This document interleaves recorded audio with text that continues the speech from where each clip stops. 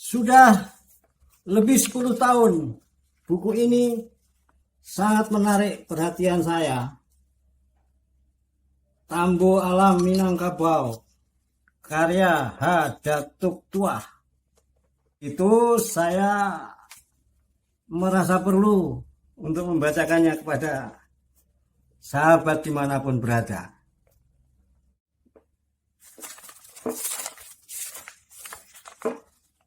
Saya bacakan hanya pada bagian ini saja. Mitos turunnya Raja Minangkabau. Bagian ini saya lewati, ini juga.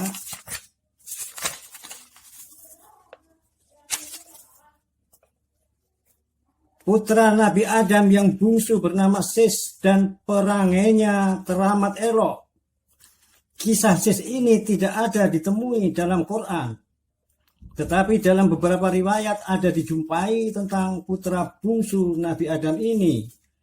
Dalam sebuah buku yang berjudul Kisah Anbiya, terjemahan Haji Ashari Khalidi yang diterbitkan di Mesir, ada dijumpai riwayat Nabi Sis ini.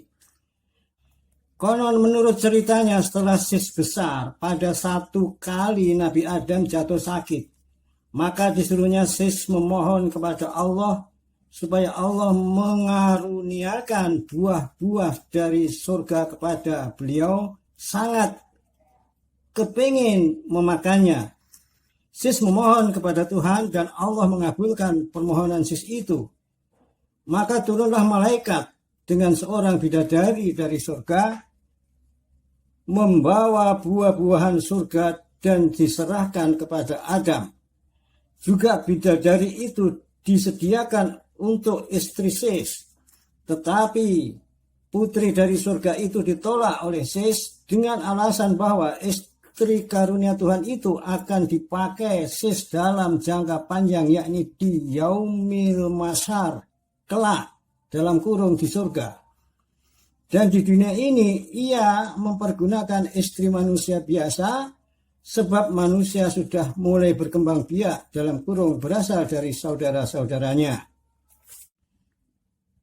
Menurut dalam setengah mitos pula, Sis langsung dinaikkan ke langit dalam kurung Mairat, kata kisah itu. Setelah Nabi Sis beranak-anak, maka datanglah malaikat dari langit dan dinaikkan Nabi Sis ke langit. Takjublah Nabi Adam dan anak-anaknya melihat peristiwa itu. Maka berembuslah angin lunak lembut dari dalam surga, 8 pangkat, dan terdengarlah bunyi-bunyian terlalu seronok dan teramat asmat bunyinya, dan pada gendang dan serunai, kecapi dan nobat, dan terkembanglah payung ubur-ubur melindungi bumi, dan bersukarayalah segala para bidadari yang menjadi hiasan dalam surga itu.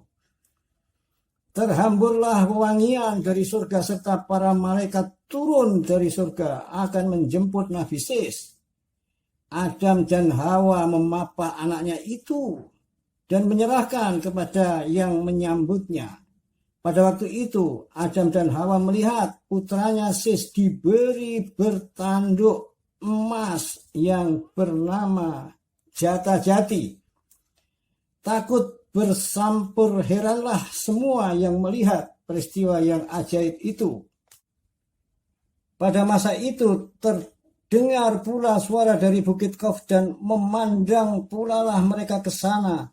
Terlihatlah oleh mereka panji-panji tertegak di puncak bukit itu, warnanya putih sebagai buih di samudera.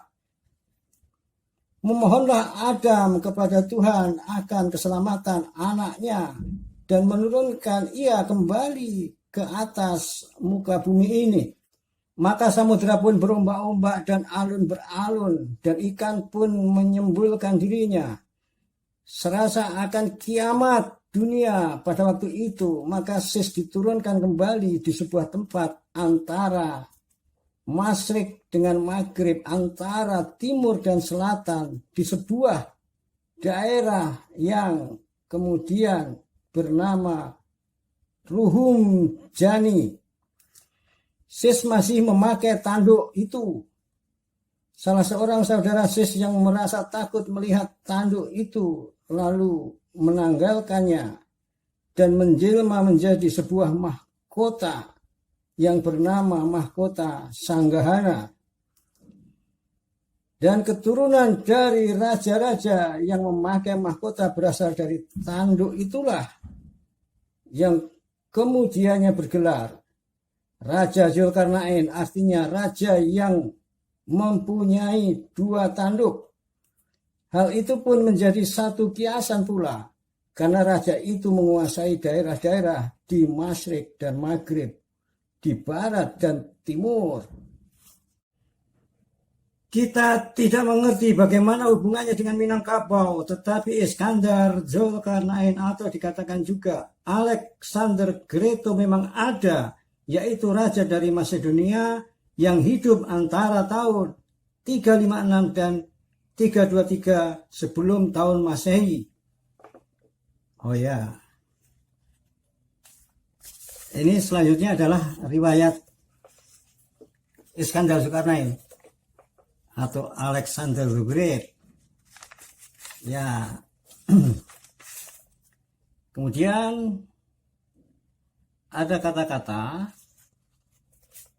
yaitu kemudian cerita mitos itu melanjutkan. Jadi yang tadi saya lewati karena adalah riwayat daripada Iskandar Zulkarnain. Ada kata-kata di sini kemudian cerita mitos itu melanjutkan. Hatta adalah seorang putri yang teramat cantik, putri seorang penguasa di negeri Ruhum itu. Nah, begini, ini seperti di dalam pemaparan cerita adalah babak baru.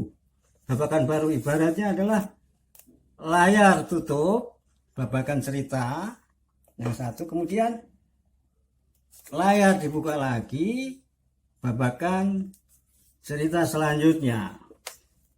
Kebetulan, nah ini kebetulan sekali karena mau babak yang berikutnya akan saya pisahkan dalam video tersendiri karena pertimbangannya adalah kalau terlalu panjang HP saya sedang mengalami krisis ruang penyimpanan, tidak bisa mengedit video yang panjang.